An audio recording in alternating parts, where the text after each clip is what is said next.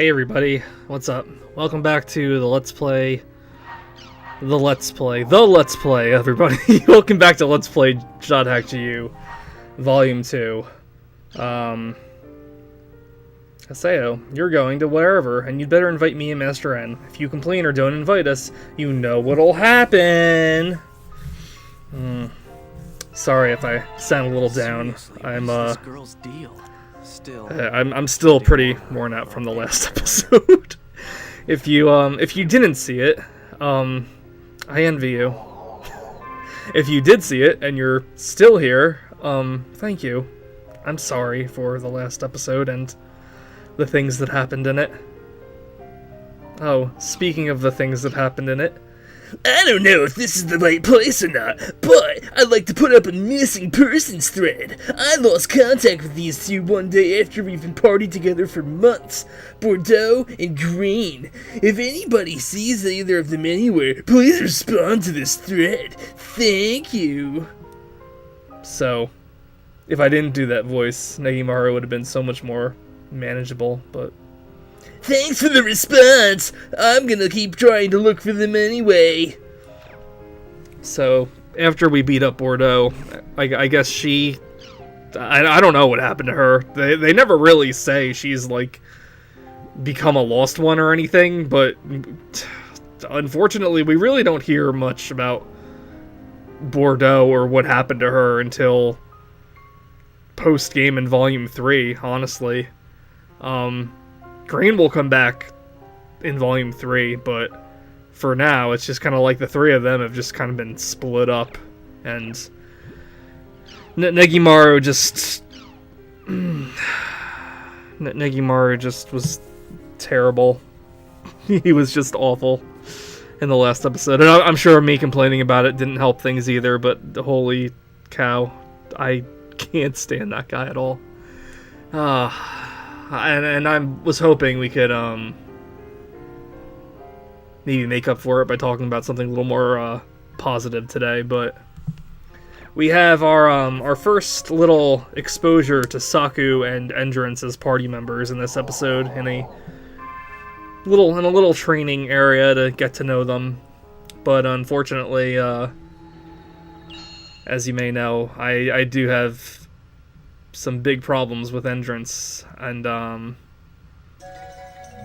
you know, I kind of want to, like, just clear this up right away. I don't care that Endrance is gay. Like, I always feel like that's the first thing people are gonna go to, since I keep on teasing this. Oh, I have some big problems with Endrance. He's if you know what I mean. Now, I'm not like, I don't care that he's gay. I'll admit, I thought it was hilarious when I first played it, because just because of how exaggeratingly flamboyant he was. But, no, there are some other issues with Endrance that I have a problem with, and we're gonna start talking about them in this episode. But, you know, before we even do that, I kind of want to, because it's just gonna be all battles in this episode, so we're gonna have some time to talk. So let's just get this introduction to the cuts to the area out of the way, and then we'll start talking. Some good things and some bad things. Let's mix it up. The mission here is to take out the boss. I picked it so I could see Master N's skills up close and firsthand. What do you think? Which do you like better? Clear fields or cloudy fields? He's not even listening to her. Huh? I don't know. Cloudy, I guess? Really? Me too. I had a feeling that we would get along wonderfully.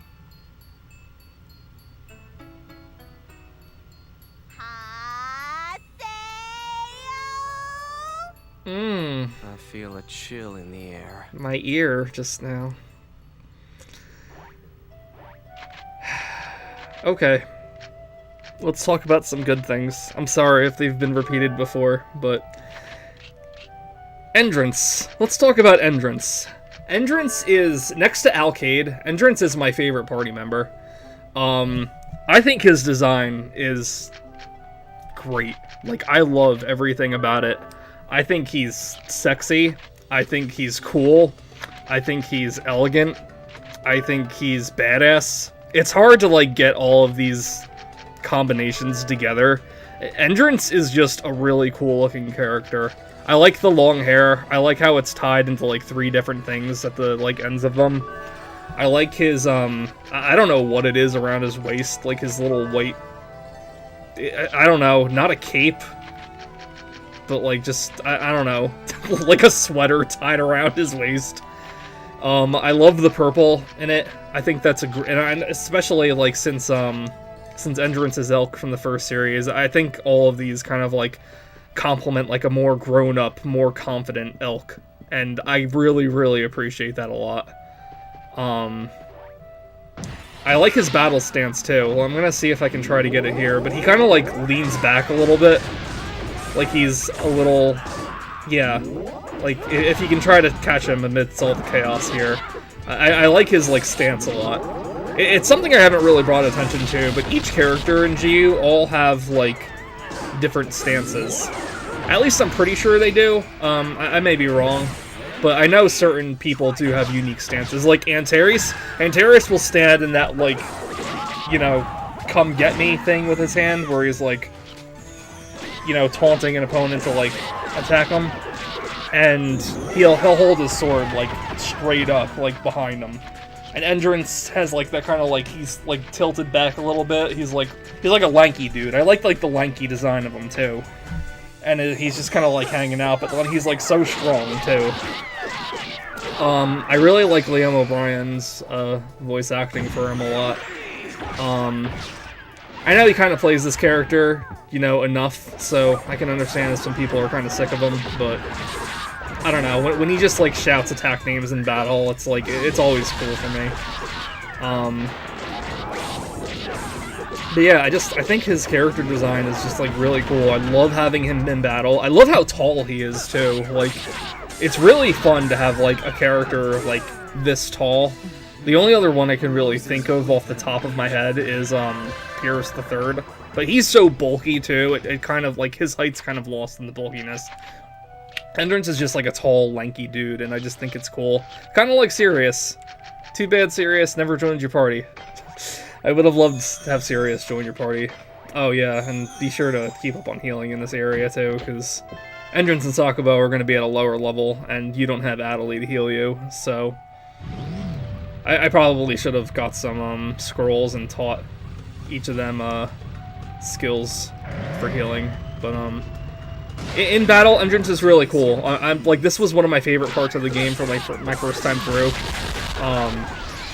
to get to be able to play as him, because he was, like, built up as, like, this badass that you like started to fight with in an alley in the first game, and, like, after all this time, he's made his comeback, and he's back, and he's right. I feels like for, like, the first time you have an epitaph user that's, like, legit strong. It always makes me feel like, not that I'm ever worried in a fight, because GU is, like, a really easy game, but, like, thematically, I always feel like we're gonna be okay since Endrance is here. And that might sound, like, super weird, but it's the truth. I like his sword, too. Both his, well, we'll get to the second one he gets, but this sword he has now, it's like a cool little, I don't know what you'd call it, like a rapier, I guess? It just goes along with his design so well. Unfortunately, this is kind of the point in the plot where Endrance becomes significantly less cool. You may have noticed when Endrance joined your party, he had a huge, and I mean, like, pink vein throbbing huge hard-on for Haseo. I'm gonna repeat again, I don't care that he's gay. In fact, if anything, I'm kind of pissed he's not more gay, because, like, if they were gonna go through with him just being a straight-up, like, totally in love with character with Haseo, then, like, I really would have liked if they, like, built some more scenes around that. But here, it's just kind of, like, it all kind of feels like fan service. But, here's the thing that I guess it's, like, my biggest problem with, like, his lust for Haseo. He spent the entirety of Volume 1 and what we've seen of him in Volume 2, like, mourning and in love with Mia, really. And Haseo comes along, you know, gives him a speech to snap out of it. And that's kind of all dropped for, and now all of that lust is going on to Haseo. And that kind of really, really irks me, like, a lot. There was no build-up or natural pacing for Endrance's feelings for Haseo. And to have and you know, a lot of characters in GU don't, I'll admit it. Like, as much as I love Alcade, there is no reason Alcade should have fallen for Haseo so quickly. There is no reason Adley should have had this, like, natural attraction towards Haseo when he treated her like fucking garbage since the beginning of the game. But with Endrance, it's like... Endrance had, like, this deep attachment and affection towards something else. Someone else. And it's just all, like, thrown away. And this is, like, it's not like it's the kind of thing, like, a character flaw that's, like, the story is built around. This is, like, never, ever addressed. Like, it would be different if like, some characters, like, started pointing out, like, how much could she really have meant to you? You threw it all away as soon as Haseo came into the picture, and then you just put it all to her. If they, like, it really feels like Endrance has, like, this issue with attaching himself to someone to make him stronger, and he does, but, like, it's never really brought out in the story, like, at all. It's never really, like, talked about. It's never really, like, built upon. It's just, it just happens to be a character flaw. That's a flaw in the writing of the game itself, and not, like, within the character to kind of showcase something else. And that's what irks me. It irks me because it's, like, it doesn't make sense. He, like, threw all of these feelings for Mia away so easily for Haseo. And it irks me because, I'm just seeing so much more potential in GU that it's just not tapping into. And it's even worse because it's like, it's Elk.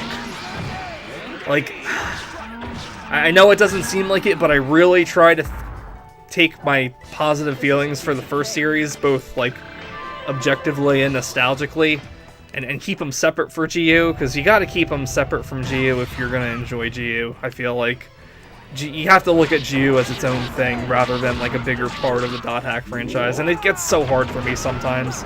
And here it is super hard because I have, like, what is this? It's 2017. I started playing Dot Hack in, like, 2003. I've got, like, close to, like, 15 years of just natural knowledge and experience of Elk and Mia's relationship from the first series, and it's like, I wouldn't say Elk was, like, in love with Mia in the first series. I wouldn't argue with someone that would say they were, but I wouldn't push for it either. Like, Elk was, like, a 12-year-old kid, and he kind of acted like a 12-year-old kid. 12-year-old kid that didn't have a lot of confidence, and just, I don't know, genuinely cared for somebody that liked having him around and looked up to her and stuff like that.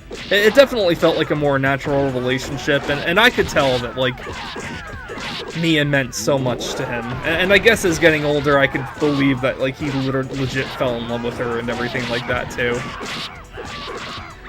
But, just, I don't know, it just kind of feels like a slap in the old series' face, and, like, undoes everything about Elk and Mia, just so we can have, like, one more person in love with Haseo. It's like, how many fucking people need to be in love with Haseo? Like, was it super necessary for this to happen? And that's where it's like, it doesn't really bother me that if, you know, he's bisexual or gay or whatever, but, like, this feels like fan service for the sake of fan service. Like, it feels like, and no offense to anyone that does this or anything, but it kind of just feels like guy-on-guy anime fan art for the sake of being guy-on-guy anime fan art. There's, like, nothing to it. It's just, it feels super shallow. And it's just, like, it annoys me so much because Endrance was, like, the opposite of Haseo. Endrance, like, felt so much love for, like, another person, and, like, did not have a problem at all about expressing it. And, like, it's all just kind of thrown away for Haseo. And then there's the fact that Haseo just irritates the shit out of me. You know, again, not so much in Volume 2 as in Volume 1, but still, like, It's something I can't really get over. Oh boy, oh boy, And then, speaking of Endrance being Elk, I guess it's okay to talk about this a little bit now, but it is something that I'm going to talk about a little more down the road, too. Endrance's whole personality just kind of becomes, I'm in love with Haseo. Like, if you notice from his email card in the last episode, his likes were Haseo, his favorite thing was Haseo, and then his quote was like, Haseo, and then it's like that. Like, all of his little quotes next to his character portrait in battle will have something to do with, like, worshipping Haseo. All of his, you know, talking to him and giving him items has something to do with being in love with Haseo. Like, his entire character becomes being in love with Haseo. And I realized to a certain point that was kind of like how he was with Mia, too. I mean, he was still, like, a little cocky and stuff, at least, but here it's just, like, it's a one-track mind with him. It's very, very toxic, and again, this could have been better if, like, more of the plot was built around that and, like, Endrance, like, realizing just how toxic it is, but it's just, like, he doesn't learn shit.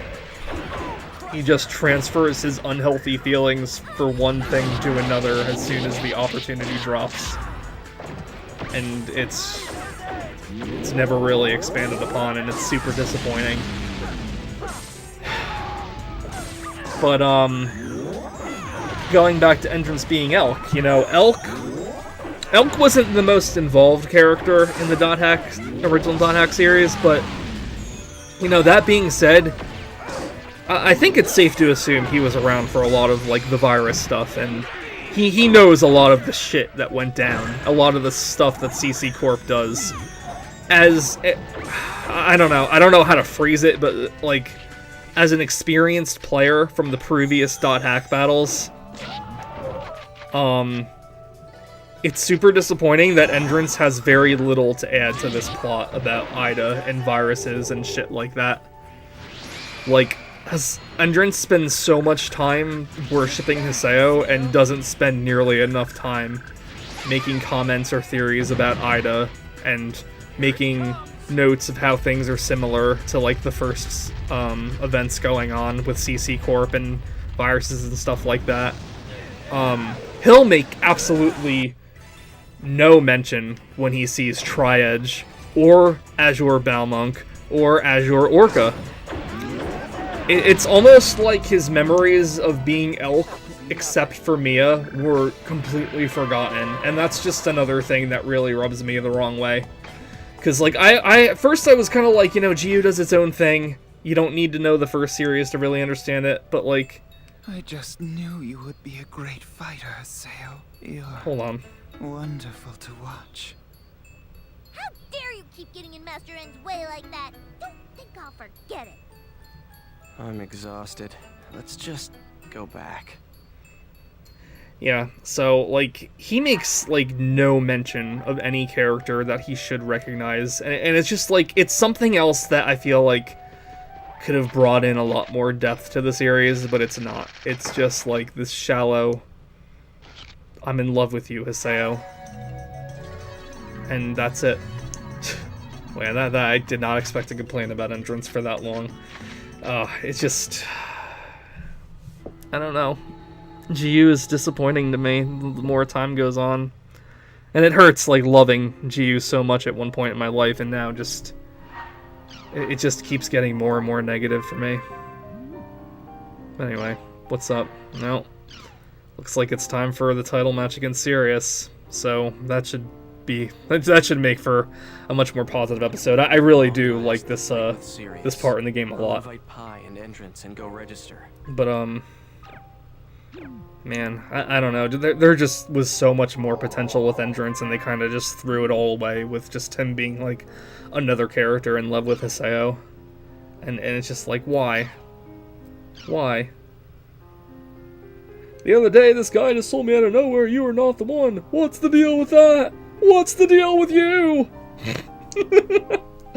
Alright, so this is going to be the next part of our Cernosis quest. So we'll get a keyword from him at some point in the future, but Anyway, sorry for like 2 super complaining episodes in a row, guys. Next episode's gonna be really cool, so I'll see you then. Bye.